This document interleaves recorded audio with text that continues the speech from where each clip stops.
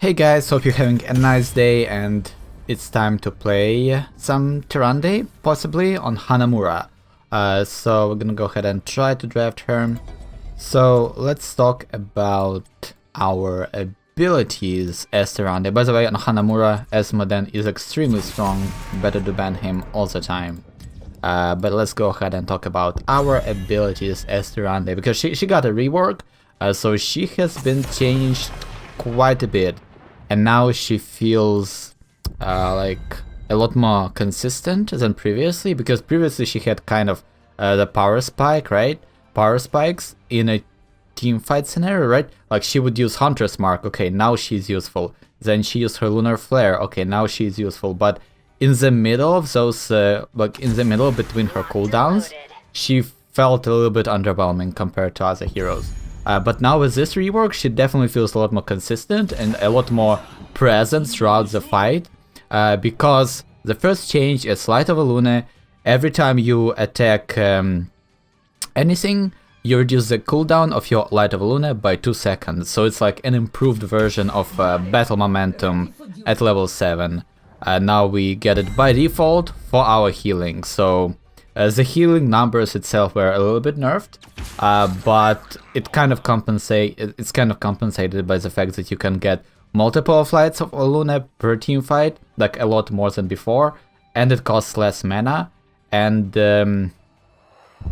it's great, right? You are a lot more consistent, as I said before. The downside though is that you need to be constantly attacking something, so unless you feel that you can do that, you can't really... You probably won't be as good as Tyrande as you could be, right? Next, let's go to our next ability, is Sentinel. And this is very interesting because another quest comes with... A quest comes like by default with this ability, is that every 8 heroes you hit by a Sentinel, allow it to pierce one more person, which is kind of nice, like, because previously you would go for the talent that would just allow it to pierce as many heroes as it can, but now you need to actually stack up that, like, the ability to do that, which is kind of cute. Let's go ahead and ban I think Brightwing. Let's go do that. Why not? And also the quest for Sentinel also reduces its mana cost, which is quite important. It still does kind of decent damage, and you can even go for a build around Sentinel that would increase your damage over time. So that's pretty damn great. In fact, that quest at level 1, the Ranger quest, I think this is very, very interesting. Like those two quests, Ranger and Lunar Blaze, very cool concepts, because previously we didn't really see that mechanic in Heroes of the Storm, of potentially infinite stacking of your abilities, right? Your damage of Sentinel can go up. I actually haven't tested it, but I assume it can go up to pretty damn insane numbers. And the same kind of goes for like Alarak, right? Tyrande and Alarak were reworked in the same patch, and both of those heroes have this infinite stacking potential. Like Alarak can get up to 731% bonus sadism, which is kind of ridiculous, and in a real game it would take like ages, right? Because at that point you're literally one-shotting tanks with your Discord Strike as Alarak. So Tyrande can kind of do the same thing with Sentinel.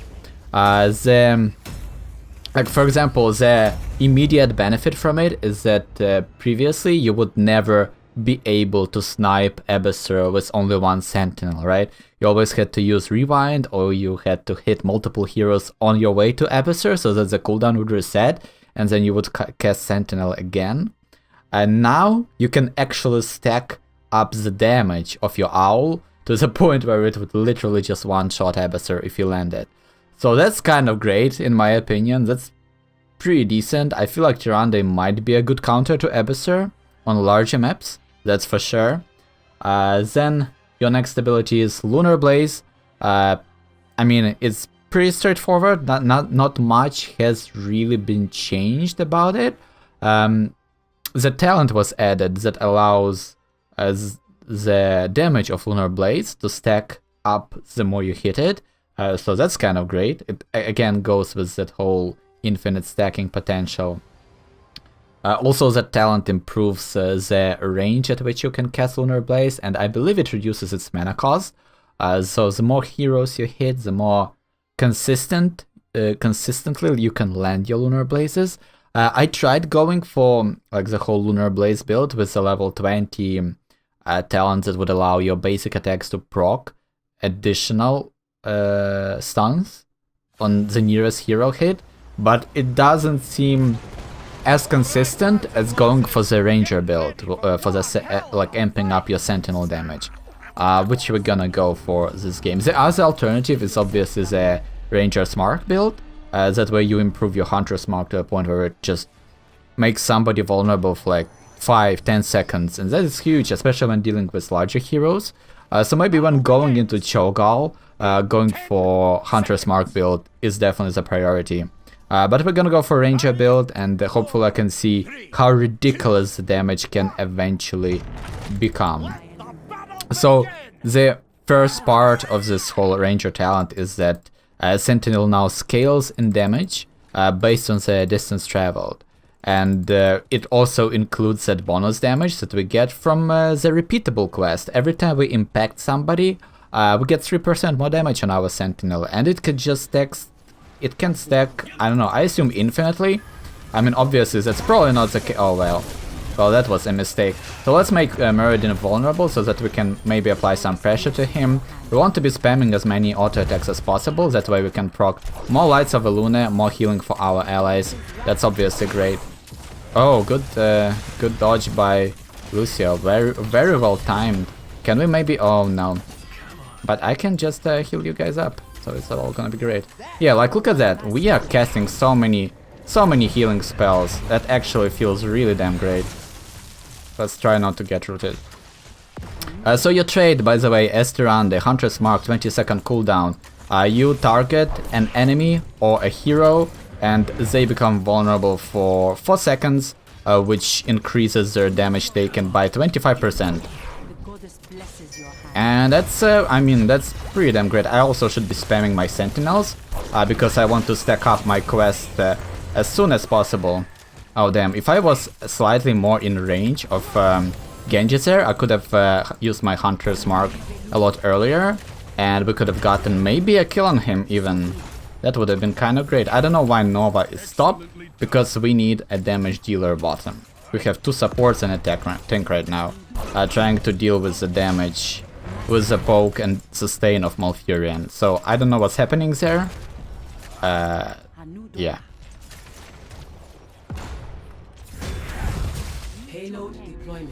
I mean, I can't really catch Genji, right? Because my Lunar Flare is kind of predictable.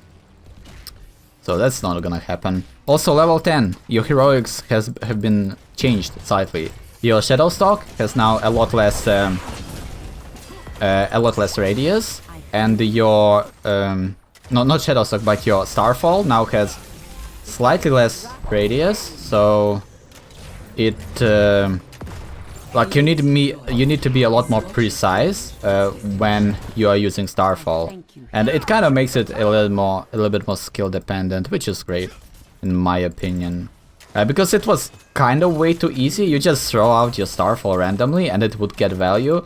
Now you actually need to make it so that it's properly placed, and that's great. So we're gonna go on. We are going to pick up Moonlit Arrows here, so that way we can get a lot more healing for our allies. That's not how you do it, Nova.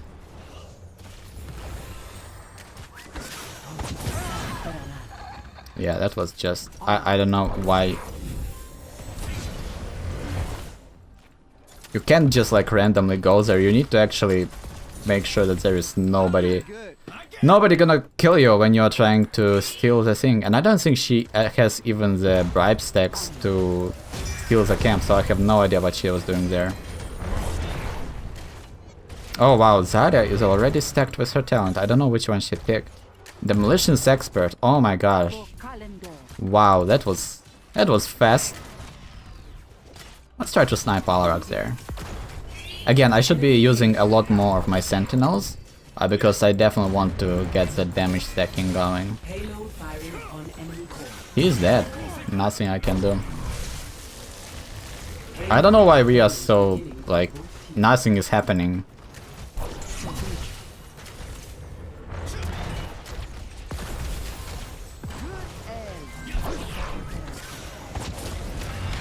This is so ridiculous. No way, stop. This is actually Murky went to bribe the camp. So now he has that healing token. It's probably not the best target to have it. But at least we denied it to the enemy team, right? And that's kind of what counts. I need to go back and get some mana going. So Tyrande is still super mana hungry. It seems like you really want to make sure that when you cast your abilities, it's not just random casts, but you actually get something done with them. Otherwise, it's a complete waste of mana. But eventually our sentinel damage will become actually like super ridiculous. We would be doing like 2000 damage with the impacts at certain ranges. Maybe True Shot Aura, 10% increased damage. For Nova can be helpful, right? Oh yeah, I should have followed up with a stun for that variant. That was my bad. My bad, friend. We could have caught Malfurion there. We still can.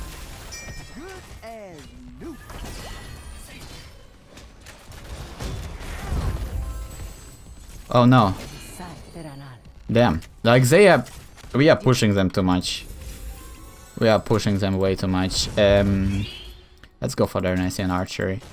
So what this talent allows you to do is, the longer you attack heroes, the more damage you will start doing. And you can switch targets, it doesn't matter. So long as you don't attack something that's not a hero, and as long as you are attacking every 4 seconds, your damage will scale up. And kind of like really damn good levels, actually. Like, your damage will be very respectable, and at level 20, with certain talents, we can increase our damage even more, or what else we can do, which is probably even a better. Oh no, team! Also, it kind of synergizes with the whole idea of god damn it. With the whole idea, why did Varian not help us? With the whole idea of the more you attack, the more Lights of the Lune you can cast. Like, he was pushing the payload, we had to fight. We were already fighting. Murky should use his... yep, there we go, good job. There we go. We are doing things, team. Well played. I wish I was alive, though. Can I hit something with my... Oh well. Oh no, run! Alarak! Alarak will kill you so fast! Can heal you. Oh no! God damn it. I missed my sentinel too. Not the best.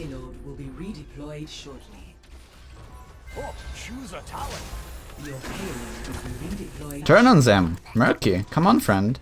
Just kill them.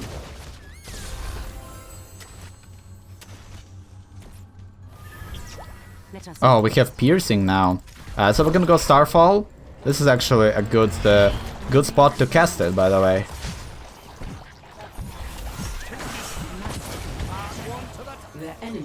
Look at that, we trapped Malfurion together with the March of the Murlocs.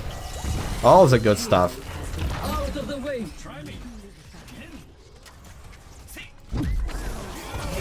Oh no, I actually tanked that cross strike, X strike. My bad, team. Let's make Alarak vulnerable and just keep killing them. Because that's what we are good at, apparently. Look at this, this is so cool. We are now doing 180 damage with our attacks. By the way, yeah, this thing also, Darnassian Archery, also stacks infinitely, right? So you can actually get those insane amounts of damage. Oh man, this is so nice. Like, Tyrande definitely feels different now. Top damage, easily. We aren't, like, we are even making mistakes. And we are at the point we are doing top damage. The other ultimate you have, by the way, is Shadow Stalk. It has been completely reworked. It used to heal your allies and gave them stealth. Now it only gives you stealth and movement speed, and then when you kind of engage out of stealth, when you come out of stealth, you gain extra attack speed, and you still get those movement speed bonuses from the ultimate itself. So this basically Shadow Stalk is you pick it when you are afraid about your life, like when you want a good way to hard disengage, or when you oh, I actually almost went back into that Counter-Strike. By the way, Malfurion went for Tranquility, not the best choice in my opinion. He would have been much more potent with the silence versus our team. Just kill Muradin. Triple kill. Damn, this is so nice. Tyrande feels so damn strong. So damn strong. So yeah, you can go for Shadow Stalk either when you want to, like, a quick escape, when the enemy team has lots of dives. For example, if they had Varian, going Shadow Stalk might have been a decent choice, because that way, even when he charges me, I can Shadow Stalk, become invisible, and that way I can escape his taunt. Things like that.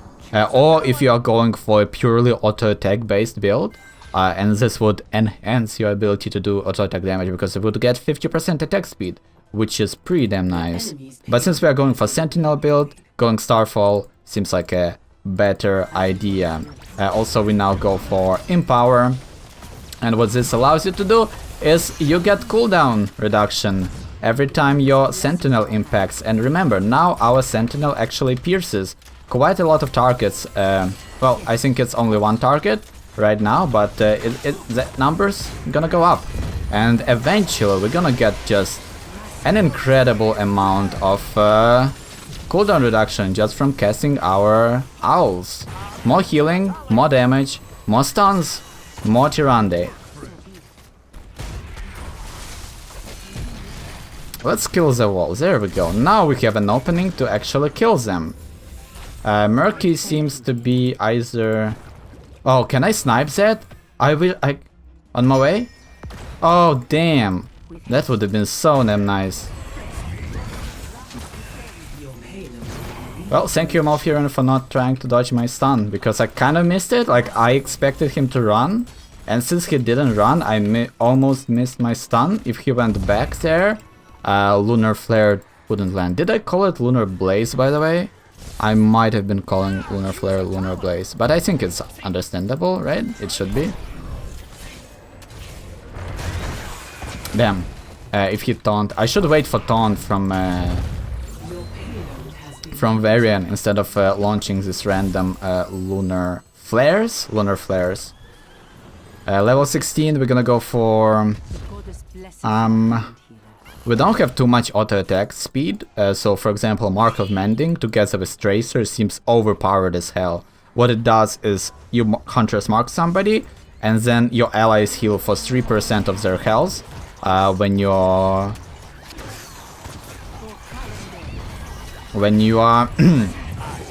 Okay, well, that worked. When they are attacking the Hunter's Mark target. So Tracer, for example, would just heal up constantly to full health, which is kind of ridiculous. But I think we're gonna go for Overflowing Light. Seems to make sense, considering that we have another healer on our team. Also, it has been changed slightly. I think the way it used to work is above 80% health, you would get 40% extra healing. Now it's 60% health and 30% extra healing. It's not like ridiculously amazing, but it's like good enough. And that's exactly what you want, right? What is he doing? Go, Murky, go! Well played, friend. So I basically... You know how when you're playing Kerrigan, you don't necessarily want to jump in and do your combo instantly? I applied the same strategy to my engage there with Tyrande. I didn't cast my Lunar Flare immediately. I waited, like I just auto-attacked Malfurion to the point where he had no way to escape my auto-attacks. And no, like he basically had to run as fast as he could. Otherwise I would just kill him with my auto-attacks, right? and that allowed me to cast Lunar Flare easily, to land it easily, because Malfurion had no longer multiple ways of escaping. Man, I almost actually landed that. That would have been so great. A Genji... Damn. And we can duel Genji now with the Overflowing Light and with our Darnassian Archery. We can duel kind of like a lot of different heroes, in fact. So if Varian engages anybody... There we go, that's a kill. Well played. That's kind of the basic synergy you always want to be going for. Let Varian charge in like that, and then follow up with a stun. Or any hero for that matter. Diablo, Muradin, Tyrande has lots and lots of synergy with those types of heroes, when you can get more or less predictable stuns on the enemy team. Like you will lock them down, and then you just kill them. Oh, actually we don't need to. We actually need to push the payload and we win the game. So that's great. Maybe let's try to land one of our sentinels and just check our damage, just to see how much we do. Well, we missed. So not much to see there, but right now if we... Where is it? There we go. Bonus damage 154% from 26 heroes hit. I mean, that seems pretty damn nice. That's what, 600 damage? 600 damage at the point blank radius, and then with the scaling from the distance traveled, you get even more damage output, which is pretty damn great. Oh wow, if only I wasn't bad at landing them though, that would have been helpful. Oh my gosh, this is so damn cool. We are like, Tyrande seems like a completely different hero right now. A much better hero in my opinion. Like as I said before, she definitely seems a lot more consistent. I wish I would land my sentinels though, but we have lots of like pushing from Lucio, and I mean, you can't really predict that too much. But damn, that's a cool game. That was a cool game. Top damage Tyrande in a double support works really well. And I really think that Tyrande kind of belongs in a double support because of that mark, Hunter's mark, and just her default damage output, like on her own. She does decent damage, so you no longer face that problem of when you go double healer, your team kind of lacks damage, so it doesn't matter how much you heal them up, they will never kill anything, right? With Tyrande, that is not a thing. You will actually kill people. And at level 20 we would go for probably the talent which would enhance our damage. No. Our damage or our slows? I actually don't remember. I wish I could check Tyrande's levels right here. Okay, I'm gonna talk about that a little bit later. Now let's try to analyze why this game went the way it did. So the enemy team, their only consistent damage dealer was basically Genji. And Genji isn't necessarily the best person to do that consistent damage. Like, yes, you have some range on your attacks and you can kind of throw out your shurikens, but you aren't really comparable to Vala. So for example, if they had Vala on their team, or Raynor, or any ranged auto attacker, I would have had a lot more trouble doing as much damage as I did, because most of this damage, I want to say, came from auto attacks, because I was free to do whatever the hell I want to. The only person who ever harassed me was Genji, and I can kind of deal with that. Like, I can heal myself up, we had Lucio to deal with that, and then Varian at level 10 would even punish Genji for trying to put some pressure on me, because Varian would charge taunt him and we would kill Genji. We didn't really execute that too often, but I think the Genji played more or less decently. Also, I missed some of my lunar flares because I was kind of distracted, but it was a very scary comp for the enemy team to go into. We had Varian Tyrande, that's a beautiful combo, and the enemy team, I think that they had can cleanse. Yeah, they had Malfurion with cleanse, but he went for Tranquility, and I definitely don't agree with that choice. With the Twilight Dream, he could have killed Murky, we could have silenced Lucio so that, like, maybe they would silence Lucio, interrupt his sound barrier, and then jump on him and kill him. They would silence Varian so that he would stop using his protections all the time. they would silence me, so that maybe I would be like, I couldn't use my Light of a Luna, or I couldn't use my stun, so they break apart our variant Tyrande stun combo. So I definitely think the Twilight Ring would be the better choice, but sometimes Tranquility can pay off. It didn't pay off for this game. I don't know, like they maybe tried, like they didn't have the poke, right? When you go Tranquility, you want to have heroes that can poke, because that way you can win trades. Like you trade some damage back and forth, and you pop Tranquility and you engage the enemy team, because you are now at full health, they are low, you can force a fight. But we had kill comp, like we had lots and lots of bursts, and Tranquility won't really deal with that burst too well. Like it might save you a couple of times. Maybe the thought process there was that they had shields from Zarya to provide some of the buffer for Tranquility to ramp up its healing, but it didn't work out for them.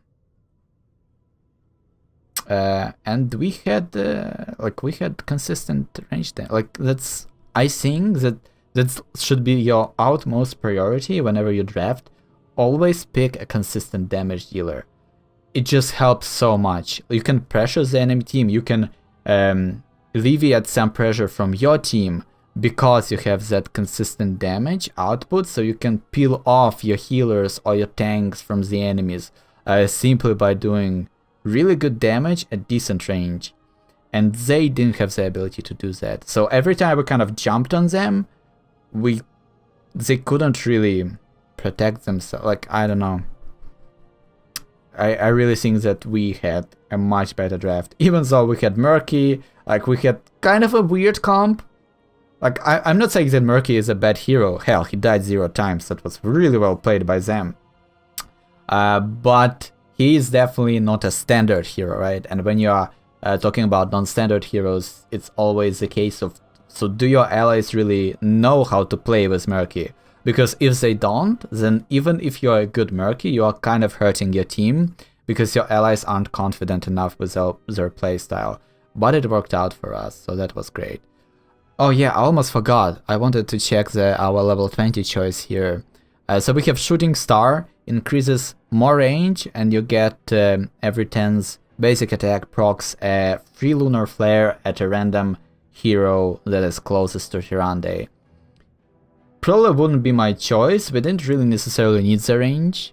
Like, basically here you want to choose... Or Celestial Res could have been good, but I think that this talent should always be synergized with Ranger's Mark.